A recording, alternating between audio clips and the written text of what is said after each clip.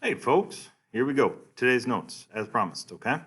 What you're going to see here today is we're going to talk through forces, Newton's second law of motion, and run a few kinematics problems towards the end, all right? Quiz 3.1, we're kind of looking at messing with that a little bit as far as days and times are concerned, but right now, some of the topics for it are the concept of universal gravitation, like how mass plays a role, how distance plays a role, inertia, like the object at rest of Newton's first law, running through a few kinematics of either throwing a ball up or dropping a ball.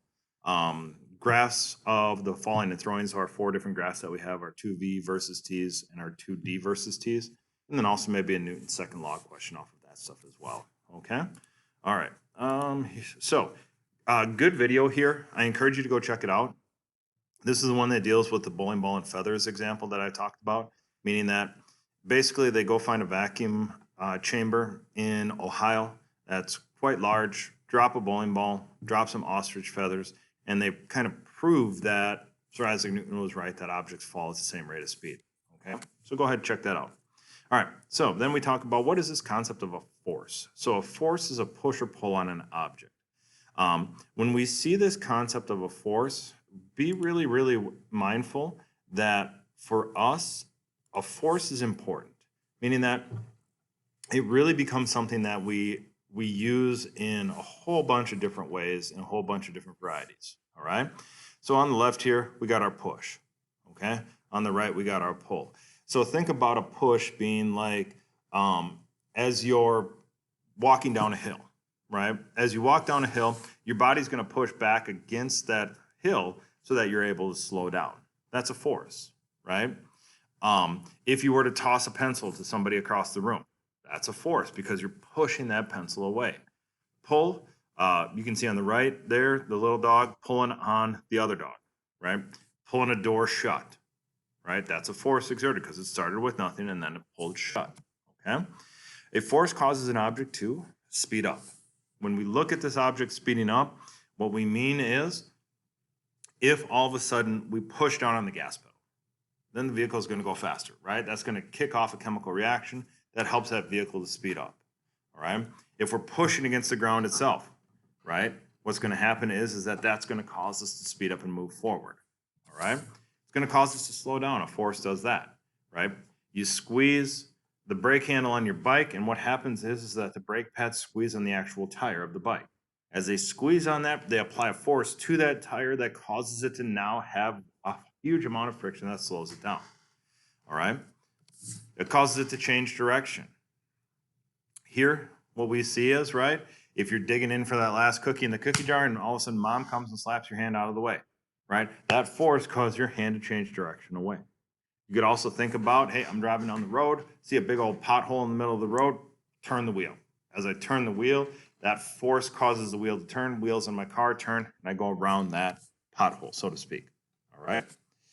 All of these are accelerations. Now, the third one, again, angular acceleration. We're not going to talk a bunch about that now, like we said before, right? But speeding up, slowing down, that is an acceleration for us.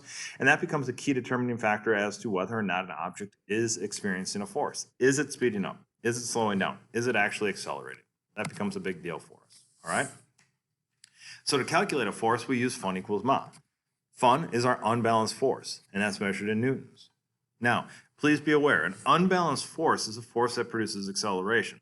We can have balanced forces, meaning if you're sitting in a chair right now, you are experiencing a balanced force because you have gravity pulling down on you, but you also have that chair pushing back up on you.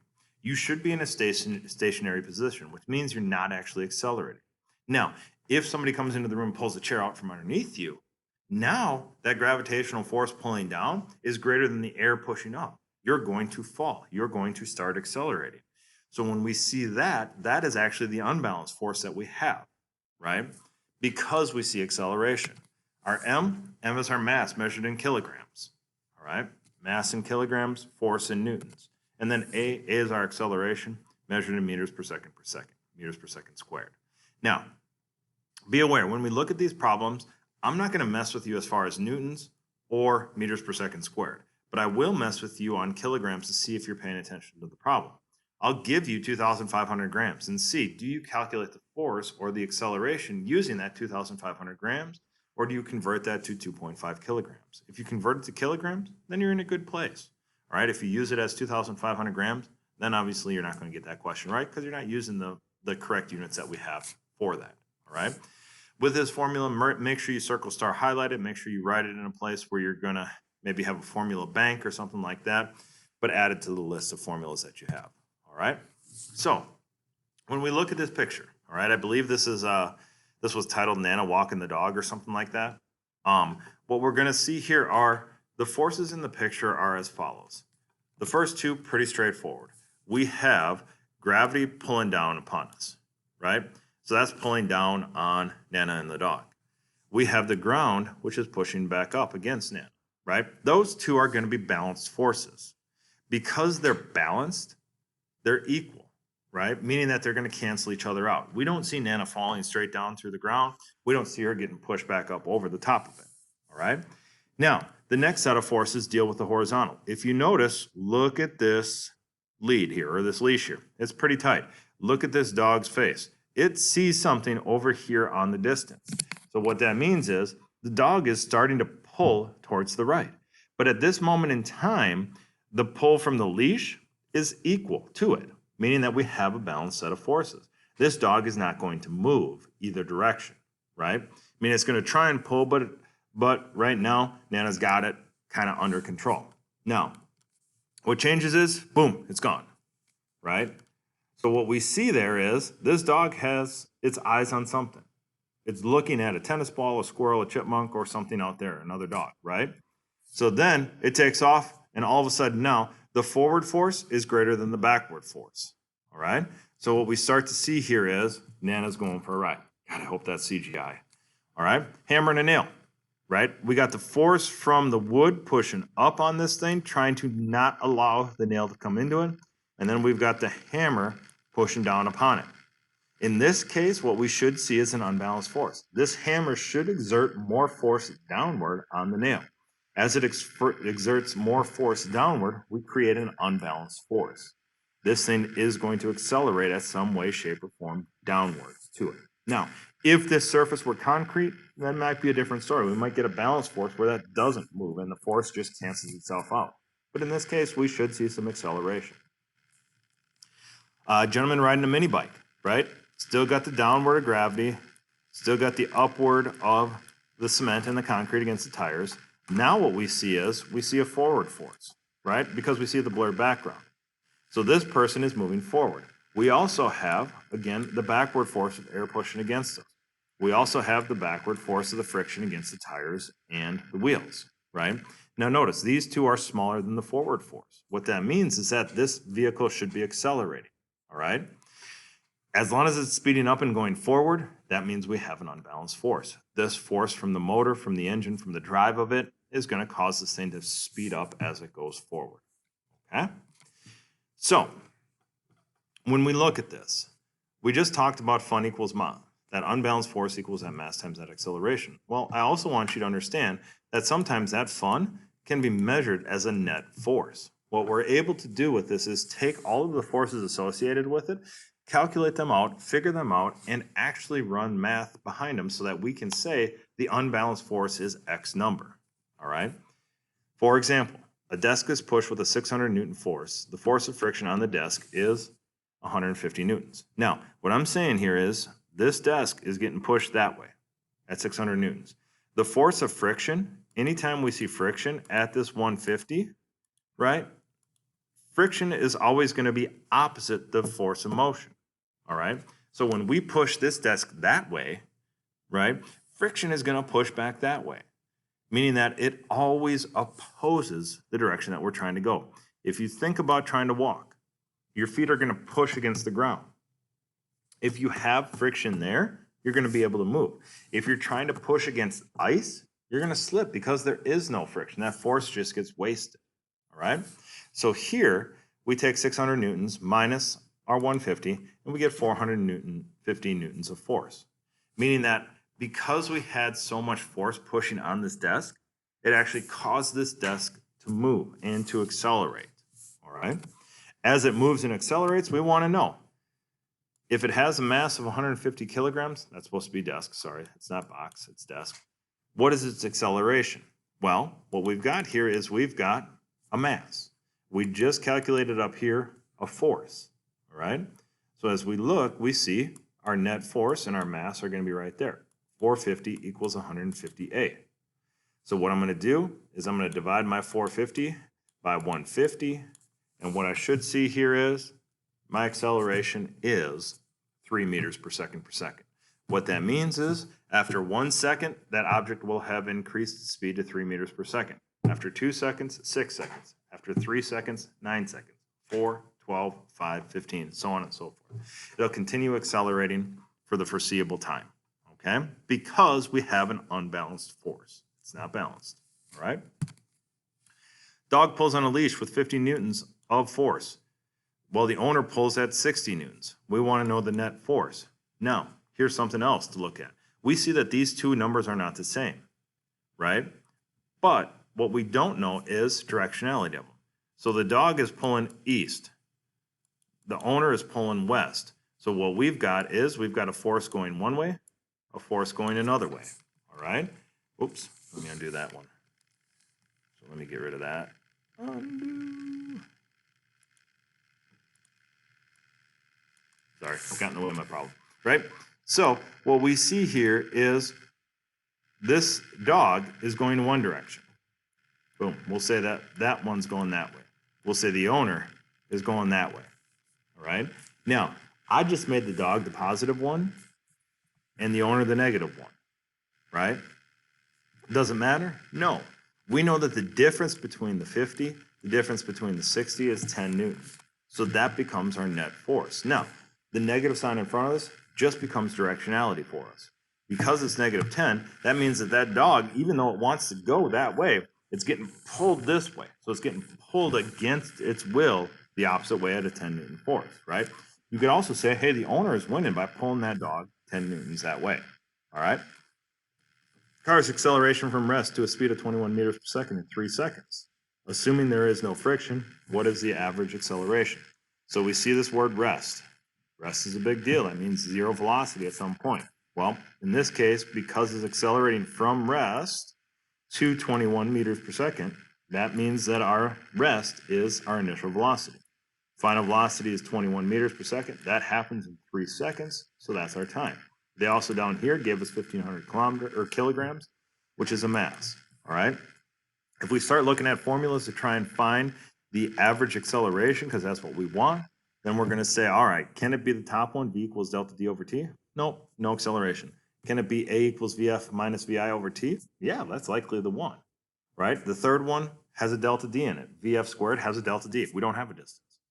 The fourth one has a delta D to start with.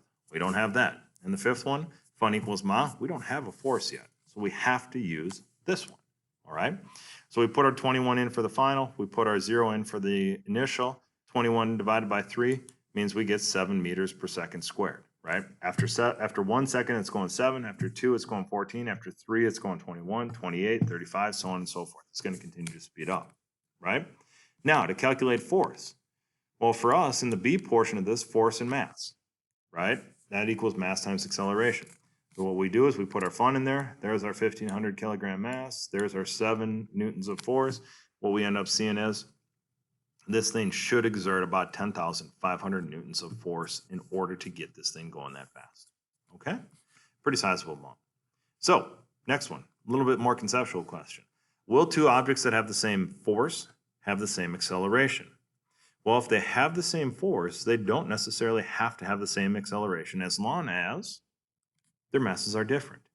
Meaning if you come up against somebody and you're trying to push them out of the way and they weigh twice as much as you, then you have to have twice the acceleration, all right? In order for that bug to stop the car when it flies into the windshield, it has to be going at an exponentially higher amount of speed because it's so much smaller in mass than a vehicle, all right? In order to have the same acceleration and same force, the two objects now have to have the same mass. So this is you pushing against your clone. If you both exert the same acceleration and same force as you hit, as long as you have the same mass, that's going to be a balanced out force. We're not going to get any unbalanced force in that moment, okay? All right, here's where I leave you, all right? Go ahead and try these out, all right? I will page through them here in a second. I'm going to give you a little bit of a break here to run these things. All right, try these 3 problems out, see if you can do them, see how easy they are. All right, so pause the video and go ahead and run through them. All right, here are answers. Number 1, we see that we got a force of 325 newtons. We see that the other department offers a 298 newtons. Now, where did this negative come from? This negative came from this being in the opposite direction, right? Because it's going in the opposite direction, I made that a negative. Now, one of these two has to be a negative. The negative is just a directionality component. Which way is it going? Which direction is it going? This one's going opposite, all right? So in order to find my net force, I have to take the math plus the English. In this case, 325 minus 297, I get a 27 Newton net force, all right? That's how I find part A. Part B now, it talks about this acceleration from this net force if the rope has a mass of 25 kgs. All right, so 27 newtons, that goes in my net force. My mass is 25 kilograms, just like we talked about with some of our previous examples with the car, right?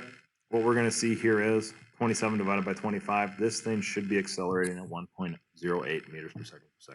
I'm sorry, it was the desk, not the car, okay? Part 2, a dog is standing on a deck and has his favorite tennis ball in its mouth. If the ball falls 6.5 meters to the ground, but while it falls, the dog chases it. How long does it take the ball to fall to the ground if the acceleration due to gravity is negative 9.8 meters per second? Now, notice this distance is negative. When we think about something falling, right? So if I take my roll of tape here and I drop this thing, as I drop it, which direction does it go? It should go down, right? On the y-axis, down is negative, right? See that? Now, my acceleration here, negative 9.8. That one was given to us. So don't freak out if all of a sudden you look at this and you forget that negative. I'll show you how to fix it in a minute here, okay? Initial velocity is 0. As soon as we let that go, that tennis ball has inertia, meaning it wants to sit at rest, just like Newton's first law says.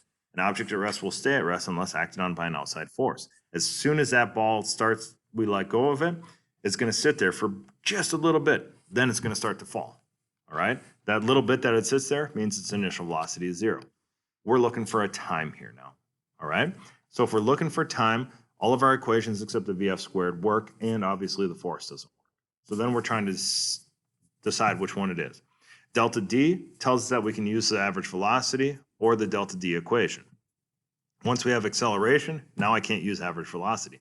I have to use delta D equals VIT plus 1/2 AT squared, all right? So I got negative 6.5 there for my distance, all right? When I multiply these two together over here, this is negative 4.9.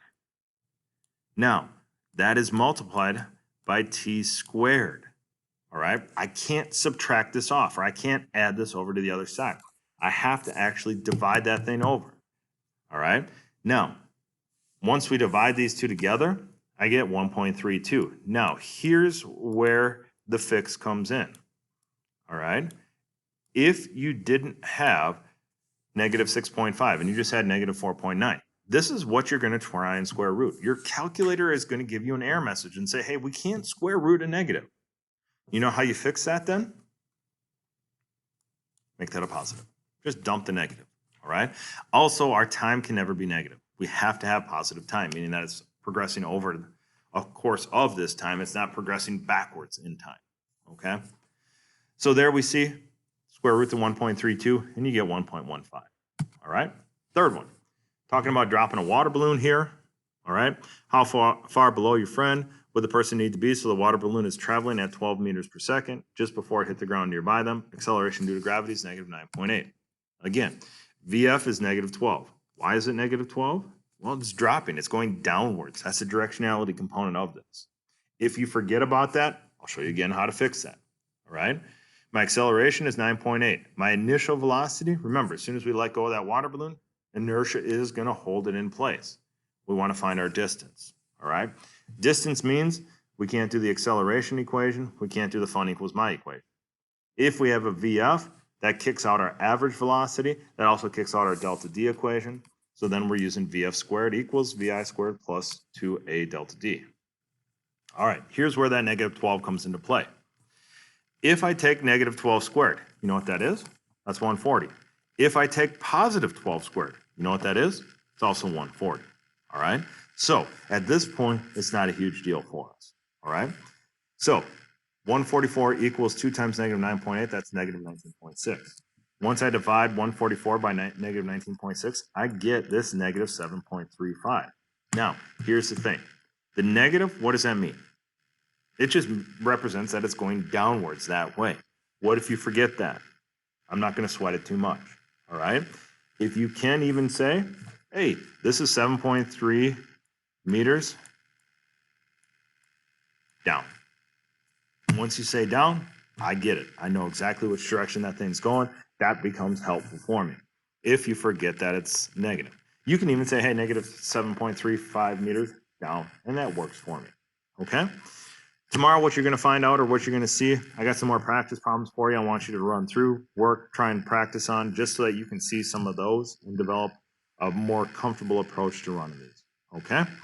I will let you know if our quiz is on Thursday or on Friday. I'm leaning towards Friday a little bit more, and I'll explain that in the email as we go. All right? Otherwise, folks, hey, I hope you have a great day.